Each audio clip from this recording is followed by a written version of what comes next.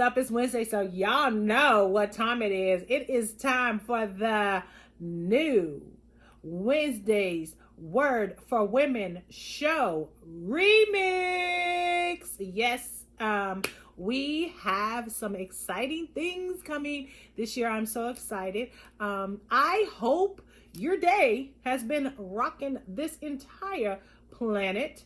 I hope thus far your week has been flipping along fantabulously, because regardless of the change, y'all know our motto. Our motto is we grab a hold of something to be grateful and thankful for, because we're people of gratitude, right? We know that flipping through the Rolodex of our mind, grabbing a hold of something to be grateful and thankful for will shift any mood. We don't have to let nobody kill our vibe or steal our joy, regardless of where we got to be, who we got to be with, because our attitude, responses, and reactions are in our court. It's our ball. It's our bag. We don't have to let you do nothing. And we know sometimes it might be hard. We know that might be your card up at life struggle.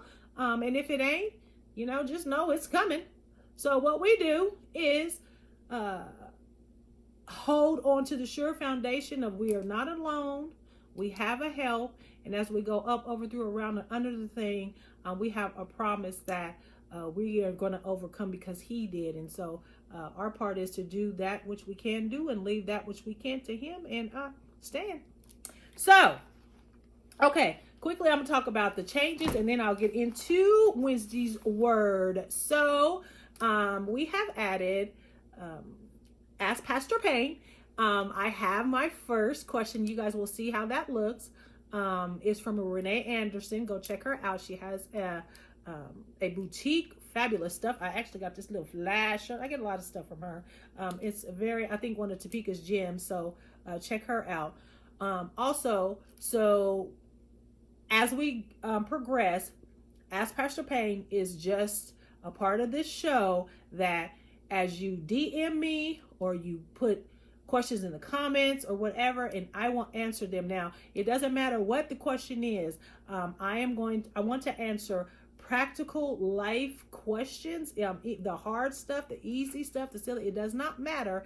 It does not have to be faith-based.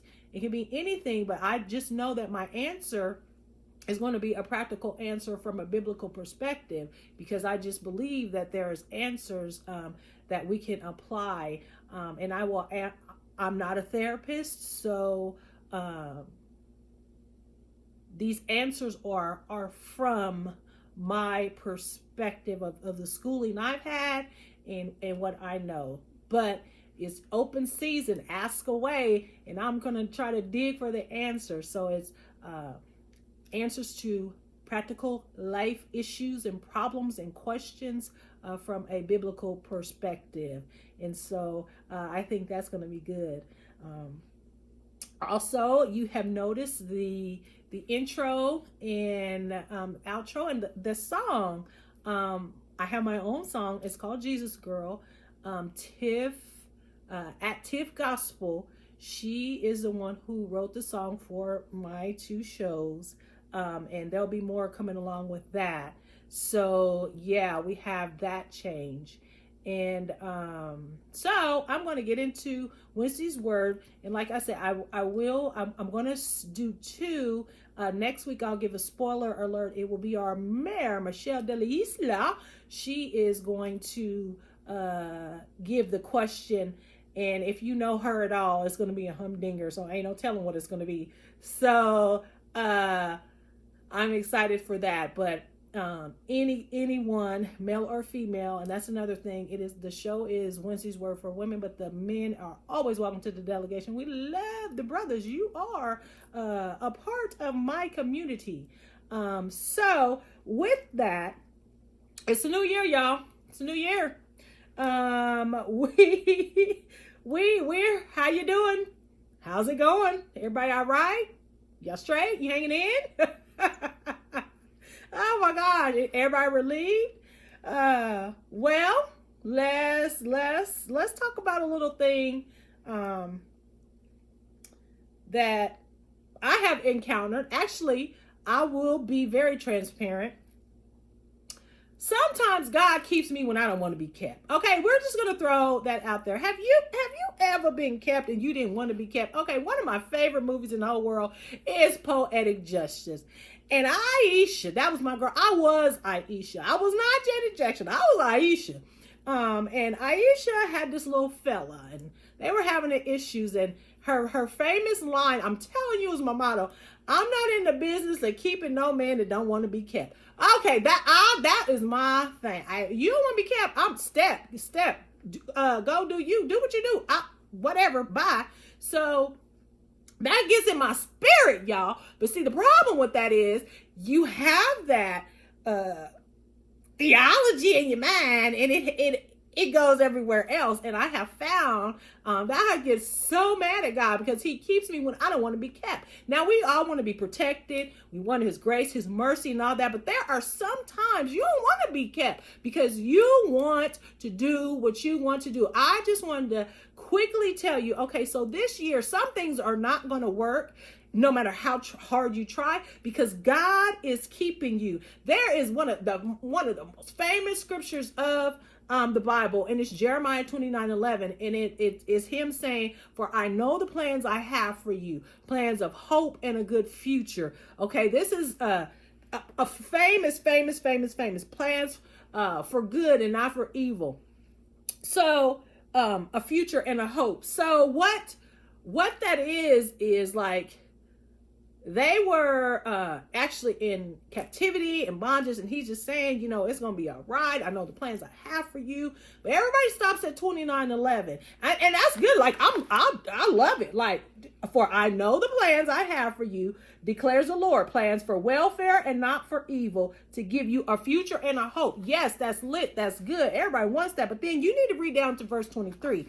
So verse 23 is, I am the one who knows, and I am a witness, declares the Lord. He is talking about, he knows what's going on with the people around you. He knows what they're doing. He knows. I love it so much. It's one of my favorite scriptures, even more so than Jeremiah 20:11. Do you hear that? I am the Lord who knows, and I am a witness, declares the Lord. Sorry, y'all, my phone fell. He is talking to Israel because they've done an outrageous thing. They've committed adultery with their neighbors' wives. They've spoken in my name lying words that I demand not command them. I'm the one who knows. I'm the witness, declares the Lord. So sometimes you're going to want something, and he's going to know that that's a strong no, because he knows what folk doing. Like, you just got to know that and he ain't going to allow it to work. I don't care how bad you want it. I don't care. You can cry, you can pray, you can fast, you can bargain, you can, whatever you want to do. He is not going to allow you to do the thing, get the thing, be with the person, go the place, accomplish the thing, make that move, start that thing, or end that thing. He's not going to allow, because he knows. He says, I am the Lord. I am a witness. I know. He knows. And so you hate it so much because you think you know. So this year, y'all, just understand, we think we know, but we don't know. And the beauty of it is we don't have to know. We don't have to know. I want y'all to get that so deep in your spirit. You don't have to know. What you have to do is trust your process. If you are processing, you need to really be very, very clear. Is this struggle, is this friction, is this backlash about just a normal opposition of life, or is this God telling me, yo, that's not a good look, yo, you shouldn't do that, that's not a good move for you to make, you shouldn't go there, you shouldn't be with him, her, you shouldn't do that thing? We got to be clear because he keeps us. He keeps us even when we don't want to be kept. And those are the times, those are the friction that we have with God. And it's okay. I promise you. My advice to you is, if you are in that moment, if he's keeping you and you don't want to be kept, my advice to you is to trust that he's a witness. A witness is someone that who has seen, who knows, like he knows something you don't know, and you might not ever know it, but trust him. Whatever it is that he knows, it ain't a good look for you. And thank God he is not allowing you to have to think to then in year 5 it destroys you, or it messes up someone, or it ruins something. That's what his protection is about. Sometimes his protection, we don't want to be protected. I don't need you. I can do this. I got this myself. But no, sometimes he is fighting battles for us. We don't even know that. We got enemies. You got haters. You got people that is against you, that's smiling in your face, and you don't know because they portray to be something, or you are blinded by feelings perhaps, or you just like literally don't want, like they literally are just a hater in your camp. You got Judas. Everybody got a Judas. Even Jesus had a Judas. He knew, but we don't know. And so that's why we have to be cool. If something is blocking it, boo-boo, don't do it. Don't do it. Don't try to force it, because you're just going to bring heartache and pain and backtracking and having to start over, having to recover again, so many things, wasting time. And as we have seen in the climate that we're in, ain't nobody got time for that. Ain't nobody got time to waste. And so check to see if this opposition, if this struggle, is it just a normal thing that hard work, you're going to have to work hard, you're going to have difficulties to have things to overcome, or is this God keeping you? Because everybody don't want to be kept. Because I want the thing. I want to do the thing. I want to go the place. I know what's best for me. But boo-boo, sometimes you're not. And so sometimes you don't. So please, this year, y'all, really look at the opposition. Some opposition is God keeping you. Now, that is not your carte blanche to just think life's going to be easy and we're going to be skipping, singing the hallelujah chorus. No, you're going to have beef, you're going to have struggle, you're going to have things to overcome. But some stuff actually is God keeping you, even if you don't want to be kept. And I'm telling you, if he wants to keep you, he going to keep you. And ain't nothing you can do about it. So you just might as well be kept. I love you guys. Be blessed. I pray your day, your week is great. I pray that you look for moments in your life where you can see the good, even in the struggle. I pray that you love up on somebody, you forgive somebody, you experience some healing. I pray that you just walk in the totality of who you are, exactly who you are at this moment in life, being content and joyous in that fact. Because you may not be who you want to be, but you can thank God you're not who you used to be. And this is not even who you're going to be next year. It's not who you're going to stay, even if it's somebody you don't want to be. So please, y'all, live in the moment. You've made it this far. Every challenge, every setback, everything, every problem you have, you've made it. You're still here. And so that means that there's more life to live. So please, live it. Be blessed.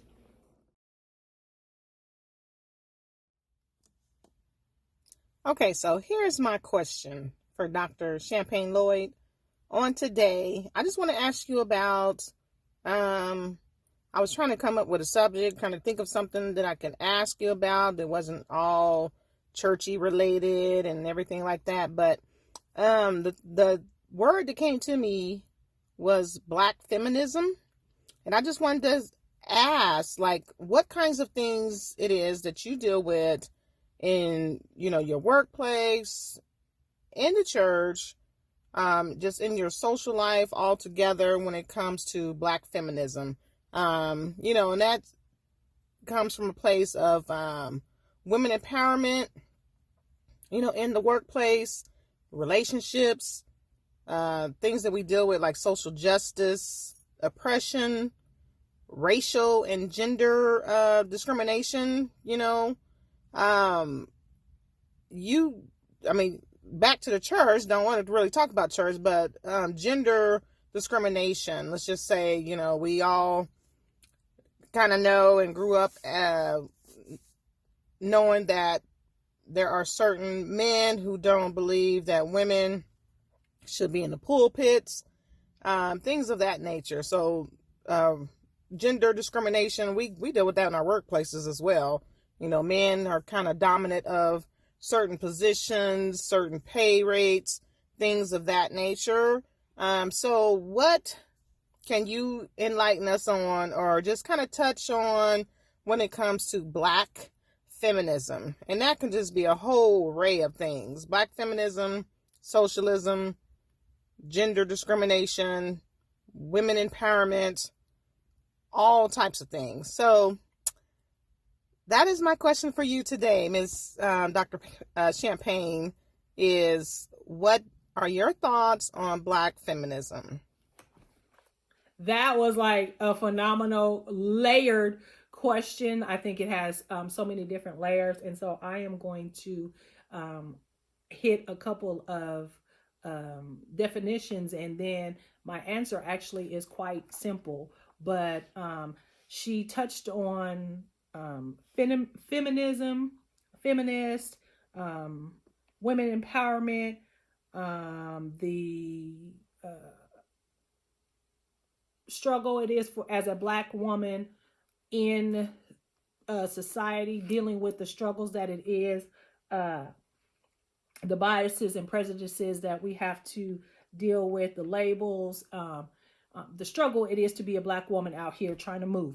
Okay, so feminism is the advocacy of women's rights on the basis of the equality of the sexes. So that means women are just as equal to as men. A feminist is a person who supports feminism. So this can be even a man, which is, you see that a lot. Men are feminists. They are people that support the equality of women. The feminist movement actually came about to challenge the system for economic and societal issues that we were going on, the marginalization and everything, the unequal pay and all that. So it was to challenge, it challenges the systems of those things that are against against women. Now you cross section all that with being an African American woman, a woman of color, then you add another layer, because we then have discrimination based on just color, not just as a woman, but as our color is an added layer. It cross sections with the issues that we are out here struggling with, the different categories of race, age, and sex, compounded upon the fact that there is discrimination and racism based upon our colors.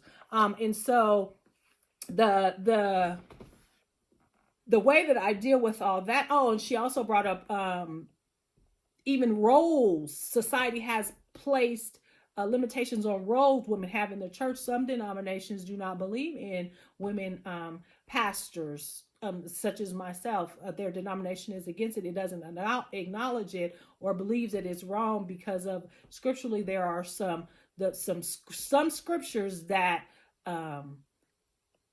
they have came to that conclusion of.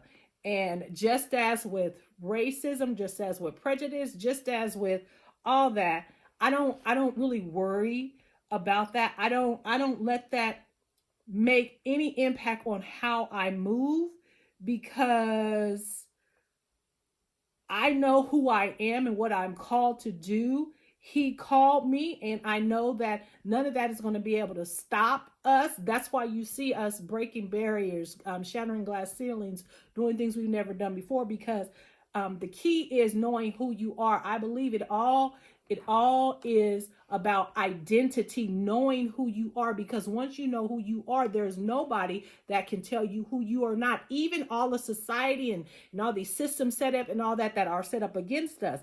You don't have to. The goal for me is not to mess up a brother's theology, proving them wrong. My goal is not to prove anyone wrong, and that I'm not trying to prove you wrong in the stereotype. I ain't got time for that. I know who I am. I'm so secure in who I am and my identity. The goal is for me to pick up my mat, as my white mama Mary Flynn tells me, to get up each day, pick up my pack my stuff, get what I need, walk out the door, and go and follow Jesus and follow God and do the thing that I'm supposed to do. And as I do that, he will make waves. He will do the thing. He will open doors. He will close doors. He will shatter glass ceilings for me. He will. And so I know that it's not based upon man. And so for me, I think the answer is to be so secure in who you are and what you are called to do, and know who gifted you, who called you to it, that no man, no system, and no nothing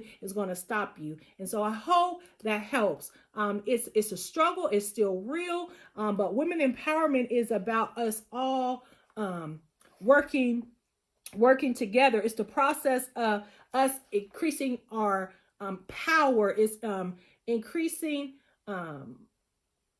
our right to show up as who we want to be, who we are, and the rights of our bodies, and the rights of who we can be and what we can do. And so I believe that as women, the key for me is women knowing who they are, empowering each other, then we will change these systems. I hope that answered it. And I do a lot of praying. Honestly, I do a lot of praying. I don't cuff folk no more. I do a lot of praying, and I just show up, and I'm so secure in who God called me to be. You can't tell me who I am. And I think that's the answer for that. I hope that I answered.